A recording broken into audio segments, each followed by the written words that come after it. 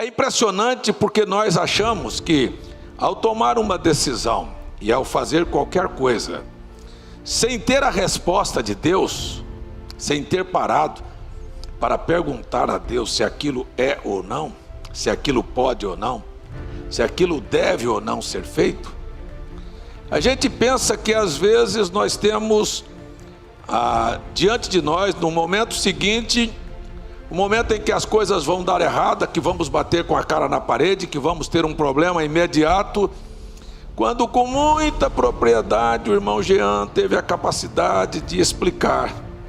Gideão fez um acordo, os anos passaram, Gideão teve que entrar numa briga por causa dos gibeonitas, não tinha que entrar, mas entrou por causa do acordo. Passaram-se mais de 400, terminou o período em que Josué, quer dizer, não é Gideão, Josué, esteve à frente do povo. Entrou o período dos juízes, mais de 450 anos. Entrou Saul, rei de Israel. E Saul comete um assassinato contra os gibeonitas. Veja só que para Deus corrigir um erro, demorou mais de 500 anos. Então nós achamos que as coisas vão dar errado assim. Não, deu errado não. Deus interviu com juízes, salvando Israel. Deus guerreou guerra através de Saul. Deus deu vitórias. Mas daqui um pouco, no reinado de Davi, houve uma seca e uma miséria. E Davi vai perguntar ao Senhor, disse, é a casa de Saul. Foi o que Saul fez.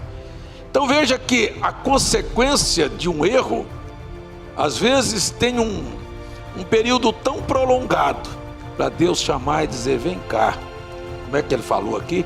Passar o traço e dizer, vamos fazer a soma das parcelas agora. E quando somos chamados para prestar conta de decisões na história da nossa vida, que fizemos, tomamos, agimos, sem ter o devido cuidado de ouvir a Deus, o preço é muito caro para nós. Então nós chegamos a uma leitura aqui do capítulo 17 do livro de Isaías, em que Deus falou, olha, vocês tinham uma árvore que era cheia de frutos, oliveiras dando muitas oliveiras, árvores frutificando muito, e agora ficaram 3 ou 4, só um restinho. Ei, aquilo que era um brilho excepcional desapareceu. Agora vocês estão amargando e vivendo um período que é a hora que nós chamamos para acertar as contas.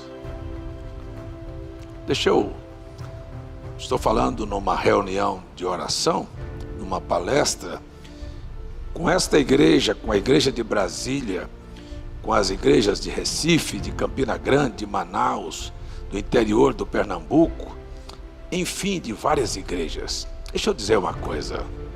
Vem cá, irmão, vem cá, irmão. Ei, você, eu quero falar com você. Deus já chamou você para acertar as contas das coisas erradas que você já fez?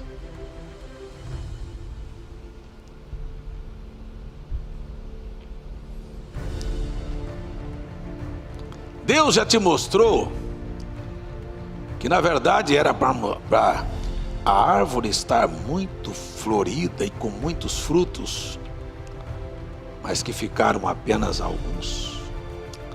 É só para lembrar estes alguns que ficam, que Ele é bom. Eu admiro porque o capítulo 17, Deus está chamando as pessoas à consciência. É isto que é Deus, isto é que é a Bíblia. Não é para acabar com você. Porque quando Ele mostrou o erro que aconteceu em Israel desde o tempo de Josué, Ele não estava dizendo que os israelitas estavam acabados. Estava dizendo, eu vou tirar o pecado e vou fazer vocês florescerem novamente.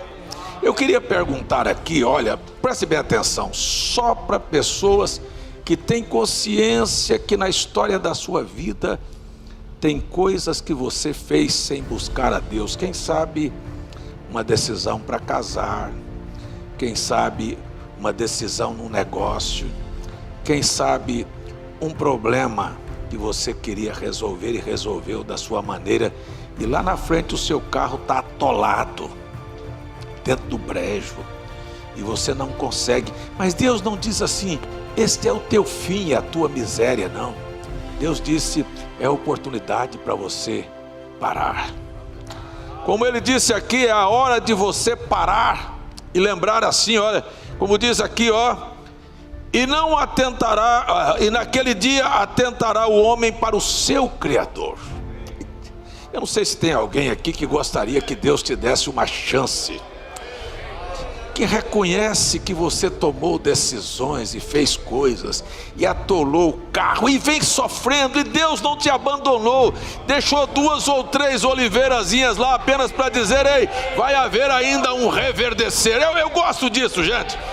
Eu gosto disso porque esta é a grande história da Bíblia. Quando você pega todo o contexto da história de Israel, de todo o fracasso, que você começa a ler o livro do profeta Joel, e Deus dizer: eu mandei a oruga, o pulgão, a lagarta, a lagosta, comeu tudo, comeu a casca, comeu as folhas, comeu os frutos, olha, só ficou o restinho da seiva lá na raiz. Eu pergunto, por que Deus não deixou que a seiva acabasse? Porque Ele queria fazer a árvore florescer novamente.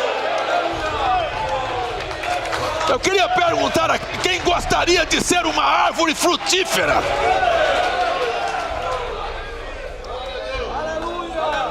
Sabe assim, o que é você parar diante destes quadros e lembrar do contexto da Bíblia, e lembrar de que Deus falou: eu mandei este exército trabalhar para fazer isto.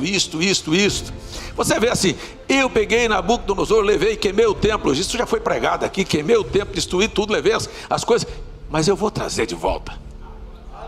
Eu não vou deixar vocês lá, não é só um período de tempo, até que vocês clamem ao céu e se lembrem de mim. E eu quero dizer, e Deus nunca se esqueceu de nenhum de nós.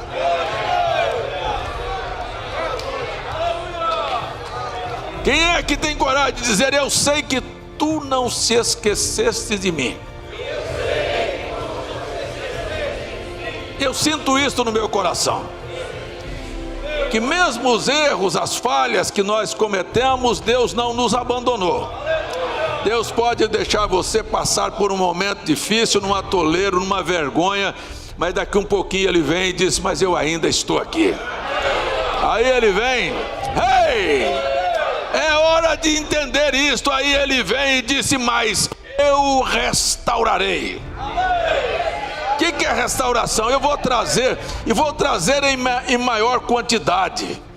É incrível como Deus é. Deixa você reconhecer. E aqui, se eu fosse pegar a profecia de Isaías, o verso 8 diz: e você vai ter nojo de olhar para os teus altares, aquilo que você construiu errado, as imagens, os bosques, as coisas que não exaltavam a Deus, obras que você fez, que você achou que aquilo era bom, até agradável, mas aquilo não exaltava a Deus. Ele disse: e você não vai querer nem olhar para aquilo.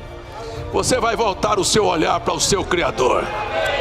Você vai voltar. Tem alguém aqui que num culto de oração deste olha para Deus e diga assim: Senhor, me dê uma outra chance, me dê uma outra oportunidade, faça a chuva descer, faça com que minha árvore floresça.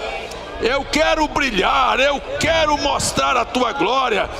Eu quero que o mundo veja que aquilo que ficou 2 ou 3 frutinhas possa novamente ser cheia de frutos. Eu quero uma vida que o teu nome seja honrado através de mim. Será que você entende o que eu estou dizendo? Então a profecia de Joel é: a árvore foi comida, os frutos foi comidos. Essa é a mesma profecia de Isaías. Foi comido, mas daqui um pouquinho ele para. E ele disse: mas eu vou restaurar. Daqui um pouquinho ele diz: eu vou mandar a chuva temporã e seródia. Então aquilo que aconteceu lá atrás e que vocês tiveram, vocês vão ter muito mais. Eu acho que você não entendeu. A proposta de um culto de oração desta noite não é apenas fazer você viver os seus fracassos. Pergunto com honestidade, alguém aqui colhe na sua vida frutos das suas decisões fora de oração e da resposta de Deus? Você simplesmente fez e você está colhendo uma colheita que você não gostaria de colher.